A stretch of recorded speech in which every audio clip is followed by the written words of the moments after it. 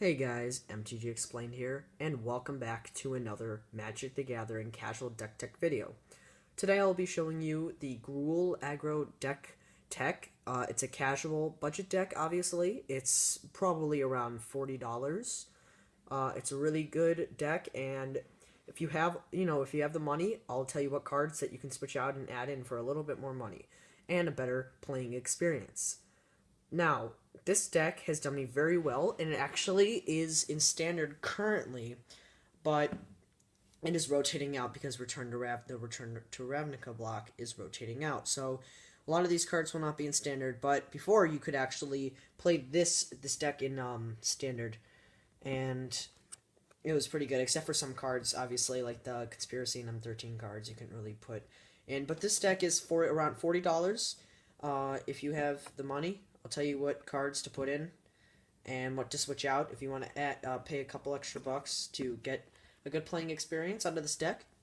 But anyway, as you can see, I broke up the 2-drops because there were a lot of them. The camera wouldn't fit them, and then the 1-drops are over here because I couldn't put them over there. So don't worry, I'll be going over most of the cards. So let's get right into it. So this deck has obviously done me very well. It's mostly a turn 4 win because of the Blood Rush ability. So I'll be going over what that does in a sec. So first, let's look at our 1-drops. Nyxborn Rollicker is 1 for a 1/1. The reason I play these guys is because they have the Bestow. So for 2 mana, enchanted creature gets +1/+1. So you're going to be buffing your guy up. It's always good. I would, if you don't, you can always put them in sideboard because they don't really they're not like a game changer, but you're getting in for 1 extra damage, which is always good. And your creature is stronger against removal. Now we're going to look at the 2-drops. We have our Skarrg Guildmage. We're running 3 of those. I'll go ahead and show you what they do. So, for Skarrg Guildmage, hold on, let me get in a better position here. So, Skarrg Guildmage, basically what he does, he's 2 mana, Gruul colors for a 2/2, and for 2 mana, Gruul colors, creatures you control gain trample until end of turn. That really affects the game. This card obviously does me very well, and it surely will make your deck better. Now, it's 3 mana is 1 colorless Gruul colors. Target land you control becomes a 4/4 elemental creature until end of turn. It's still land. So this guy, for a 2/2 is already good, and it has amazing abilities. So your creatures are obviously going to be swinging for a lot of damage with the trample ability, and a land you control becomes a 4/4. So its second ability really helps finish your opponent off. So we're running around 3 of those. Now we have our ground assaults. We are running also 3 of those. I like these cards, because excuse me. Gruul colors and ground assault deals damage to target creature equal to the number of lands you control, and it's a sorcery, so obviously it's a bit slower, but it's a great card because if you have 2 or 3 lands, you're probably gonna it's basically like destroy target creature on turn 2 or 3 or less, because they're not gonna knowing them, they're not gonna have a lot of powerful creatures on turn 2 or 3, unless they're playing with like Tarmogoyf or whatever. But I don't think your friends have a Tarmogoyf in a casual deck, or even a standard, obviously, because it's not standard. So ground assault is an amazing card if you want to remove their creatures. If it were to deal damage to equal to the number of lands you control to target creature or player, that'd be really good. So this is still a great card. So I'm gonna go ahead and put that one back. Now we're running 4 Zhur-Taa Druids. These guys are obviously pinging for 1 every turn. Really like these guys. Definitely help me a lot because they kind of annoy my opponent. Gruul colors, tap to add 1 green to your mana pool, so that's already really good.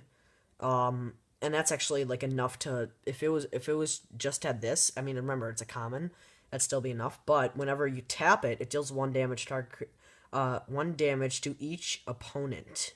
So if you have cards, if there are combos with this, if you have cards like whenever you deal damage to an opponent, blah blah blah happens, that would work really well. So these guys are just kind of pinging for 1 every turn. So, really good. I would not take those out. I would keep 4 in there. Which is, you know what's surprising is, usually when I play this deck, it's like I don't even, kind of play a lot of them. Because I never seem to draw them, but I have a playset of them in here. Anyway, now more 2-drops. Burning-Tree Emissary. Wow, everybody loves this card. You can either pay one red, 1 green, and 1 red or 1 green, or just whatever. And when it enters the battlefield, add Gruul, 1 red, 1 green to your mana pool, which is Gruul colors. That's why it's a Gruul deck. So you're basically, what I do is I play this card, and I get a Skarrg Guildmage out right away. So turn 2 or turn 1, we have like maybe a Nyxborn Rollicker. Turn 2, Burning-Tree Emissary, Skarrg Guildmage. You turn 3, you get another creature out. Turn 4, you maybe get Xenagos out. You have a haste guy, or you use your Skarrg Guildmage, use his abilities. And because you have your Zhur-Taas, you can tap for another mana. So that's turn 4, you're tapping for 5, you're doing both of his abilities, and you basically win. Or then there's the Blood Rush abilities, which is really what this deck is about, and I'll go over that in a sec. Burning Trees, have 4 of those in here. Really good cards. Titanic Growth. This card is M13, so if you don't have it, that's alright. 2 mana, target creature gets +4/+4 until end of turn, so definitely really good. Because what you can do is you can maybe get a Burning-Tree, Skarrg Guildmage, and then like turn 3 or something, or 4, you can just Titanic Growth. You're swinging for 6, 7, or 8, or you make a land, so you could swing for maybe 10. It's a really good card. And remember, you have that Ground Assault for removal, so. Now we have our 3-drops. 4 Boros Reckoners, 3 mana. This guy is a great card, like $3 actually. 3 mana for a 3/3. It's Boros colors, and I know this isn't a Boros deck, but he still really helps out the Gruul deck.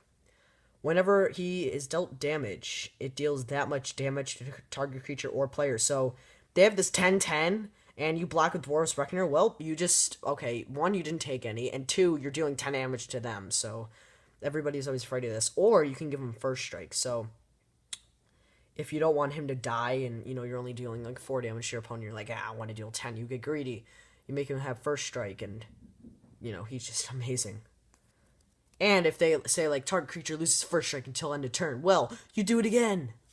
So love that card because it's not tap and give first strike, obviously. Now we have our Borderland Rangers, 2 of those. These guys are really actually pretty good. 3, they're from Avacyn, so you may not have them, but they're pretty good cards. 3 mana for a 2/2. When it enters the battlefield, you may search your library for a basic land card, reveal it, and put it into your hand. If you do, shuffle your library. So, just getting a basic land out. And the lands, I'll tell you after I'm done with the main deck list, I'll tell you what lands we're running. So, they really help you speed up the game. Now we have Fearsome Temper. I have these in here. You're probably like, that card's terrible, but it's actually really good. Especially because 3 mana, enchant creature. Enchanted creature gets +2/+2 and has tap for 3. Target creature can't block this turn. So obviously the target creature can't block this turn. You're not going to use, but you are going to use the +2/+2 because everybody loves giving their creature +2/+2.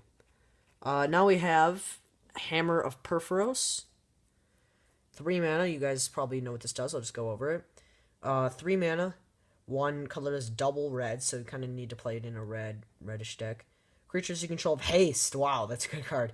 And 3 mana and tap. Sacrifice a land. Put a 3/3 colorless golem enchantment artifact creature token onto the battlefield. Creatures you control have haste. Swing with it. So you don't really need a lot of land in this. So usually you draw a lot of land. So you can use this, and you can help speed things up.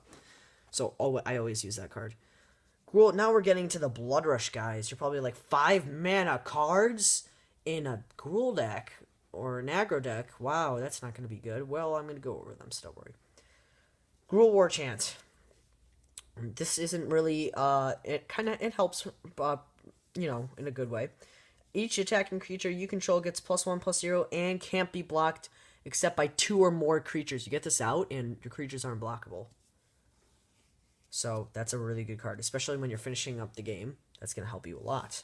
So now we have our Blood Rush guys, and I'll go over what that ability does. This is why I love playing this deck. 4 mana, 2 colorless, and Gruul for a 4/4 Trampler. That's already good, but you Blood Rush it, which basically does 2 mana, and you discard it. So that means you just put it from your hand into your graveyard for 2 mana. Target creature gets +4/+4 and gains trample until end of turn. So it's a really good card.